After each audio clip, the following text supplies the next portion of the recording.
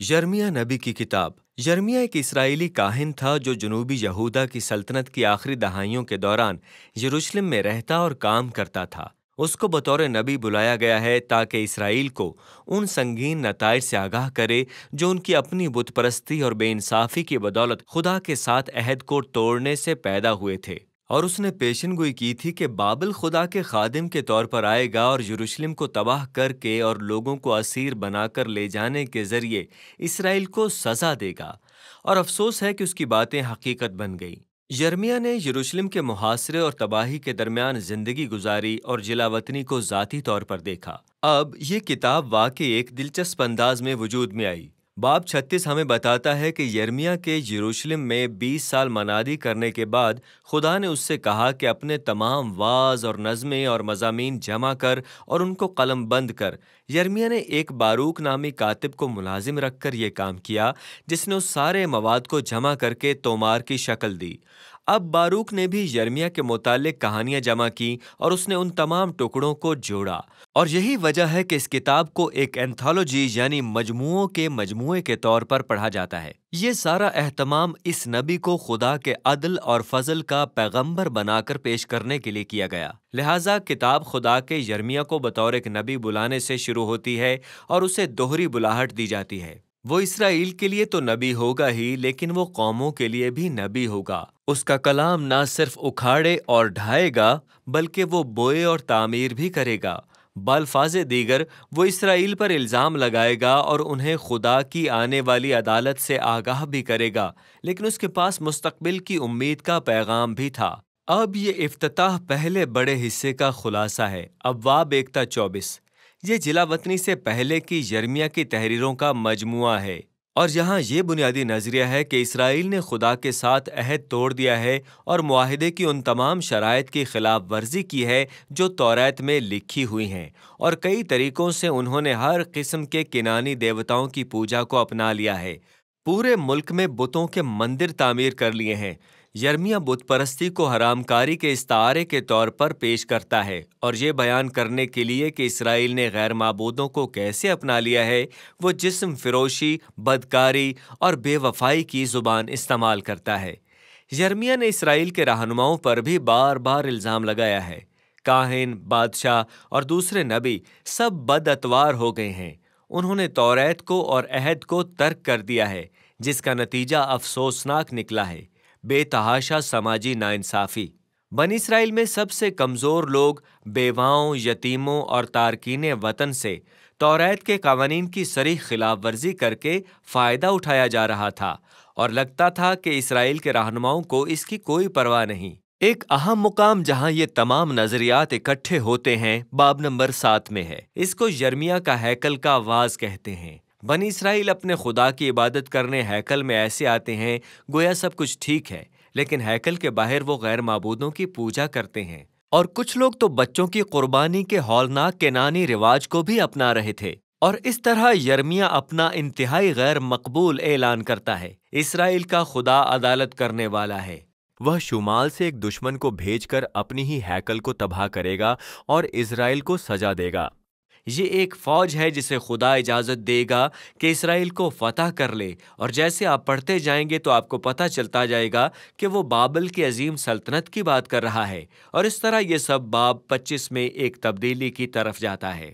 اسرائیل اپنے خدا کی طرف واپس نہیں پھرا، اور اس طرح بابل کے نئے بادشاہ نبوکد نظر کے پہلے سال میں خدا یرمیہ سے کہتا ہے، اعلان کر کے بابلی لشکر اور اس کے تمام ہمسائے اسرائیل کی طرف بڑھ رہے ہیں تاکہ اس کو فتح کریں اور ان کو 70 سال کے لیے اسیر بنا لیں۔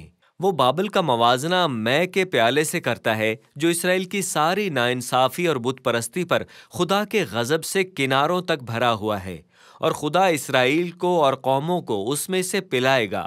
اب یہ باب کتاب کے ڈیزائن کی کلید ہے، کیونکہ اس کے بعد آنے والی ہر چیز بابل کے آنے والے حملے پر مرکوز ہے۔ پہلے ابواب 26 تا 45 میں اسرائیل پر، اور پھر ابواب 46 تا 51 میں دوسری اقوام پر۔ اسرائیل کے بارے میں جو حصہ ہے اس میں کہانیاں شامل تھیں کہ یرمیہ نے کس طرح اسرائیل کو لوٹ آنے کے لیے التماس کی، وہ آخری لمحے تک کس طرح انہیں خبردار کرتا رہا، لیکن اسرائیل کے رہنما اس کو رد کرتے رہے۔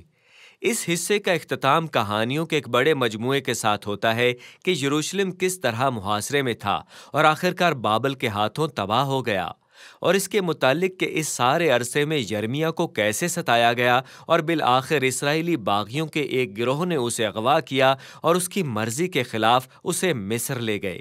اب بالکل یہاں وسط میں تباہی اور عدالت کی ان تمام کہانیوں کے درمیان اسرائیل کی مستقبل کی امید کے لیے یرمیہ کے پیغامات کا مجموعہ ہے۔ وہ موسیٰ کی اس پیشین گوئی پر غور کرتا ہے کہ اسرائیل کے عہد کو توڑنے اور اسیری میں جانے کے بعد دیکھیں استثنا 30، خدا اپنے لوگوں کو ترک نہیں کرے گا بلکہ وہ ان کے ساتھ اپنے عہد کی تجدید بھی کرتا ہے اور ان کے دلوں کو بدلے گا۔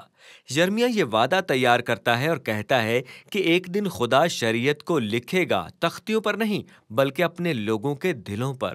وہ ان کی سرکشی کو شفا دے گا تاکہ وہ ایک دن حقیقی معنوں میں اس سے محبت رکھ سکیں اور پیروی کر سکیں، اور اس طرح ایک دن اسرائیلی ملک میں واپس آئیں گے اور داؤد کی نسل سے مسیح آئے گا، اور یہ تب ہوگا جب تمام قومیں اسرائیل کے خدا کو سچا خدا مانیں گی۔ چنانچہ یہ اب آپ ظاہر کر رہے ہیں کہ اسرائیل کے رد کرنے کے باوجود خدا اسرائیل کے گناہ کو حرف آخر نہیں بننے دے گا، بلکہ اس کی اپنی وفاداری اس کے وعدوں کو پورا کرے گی، خواہ وہ کچھ بھی ہوں۔ اس کے بعد ہمیں نظموں کا ایک بڑا مجموعہ ملتا ہے کہ خدا اسرائیل کے ارد گرد قوموں کی عدالت کے لیے بابل کو کیسے استعمال کرنے والا ہے۔ مصر، فلسطین، موآب، ادوم، امون، دمشق، حزر۔ لیکن پھر یہ حیرت کی بات ہے کہ یہ طویل ترین نظمیں آخری وقت کے لیے محفوظ ہو جاتی ہیں، اور وہ خود بابل پر خدا کی آنے والی عدالت کے متعلق ہیں۔ چنانچہ اگرچہ خدا نے اپنا انصاف نافذ کرنے کے لیے اس قوم کو استعمال کیا تھا، خدا ان کی خلاف ورزی اور بت پرستی کو برداشت نہیں کرتا، اور اس طرح بابل بھی خدا کے انصاف کے معیار کے نیچے آ جائے گا، اور اس طرح یرمیہ اس قوم کے تکبر اور ناانصافی کی بھی مذمت کرتا ہے۔ اب ان نظموں میں بابل انتہائی نمایاں ہے، اور یہ ہمیں پیچھے پیدائش 11 سے ہر طرح بابل کی تصویر یاد دلاتا ہے۔ بابل باغی قوم کا نمونہ بن گیا ہے۔ خدا اس قوم کی دولت اور جنگی شان و شوکت میں انہیں ان کی تباہی کے حوالے کرنے والا ہے۔ کتاب کا اختتام دوسرے سلاطین کی کتاب کے آخر سے لی گئی کہانی کے ساتھ ہوتا ہے۔ یہ یروشلم پر بابل کے آخری حملے کے متعلق بیان کرتی ہے کہ کس طرح انہوں نے شہر کی فصیلوں کو تباہ کیا اور ہیکل کو جلا دیا اور لوگوں کو اسیر کر کے ساتھ لے گئے۔ کہانی بتاتی ہے کہ ابواب 1-24 سے یروشلم کی عدالت کے انتباہات کس طرح پورے ہوئے، لیکن پھر باب ایک مختصر کہانی کے ساتھ ختم ہوتا ہے جو اسرائیل کے جلا وطن بادشاہ یہویاکین کے متعلق ہے، جو داؤد کی نسل کا وارث ہے، اور بابل کا بادشاہ اسے قید سے رہا کر دیتا ہے اور اس پر رحم کرتا ہے اور اسے عمر بھر شاہی دسترخوان سے کھانا کھانے کی دعوت دیتا ہے، اور اس طرح کتاب ختم ہو جاتی ہے۔ لہٰذا یہ امید کی ایک چھوٹی سی کرن ہے، اور یہ ابواب 30-33 سے یروشلم کی امید کے وعدوں کو یاد کرتی ہے۔ خدا نے اپنے لوگوں یا داؤد کی نسل سے آنے والے مستقبل کے بادشاہ کے وعدے کو ترک نہیں کیا، اور اس طرح جب کہ یہ کتاب بہت زیادہ تنبیہ اور عدالت کی باتوں سے بھری ہوئی ہے، آخری الفاظ مستقبل کی امید کے نوٹ کے ساتھ ختم ہوتے ہیں، اور یرمیہ کی کتاب اس سب کے متعلق ہے۔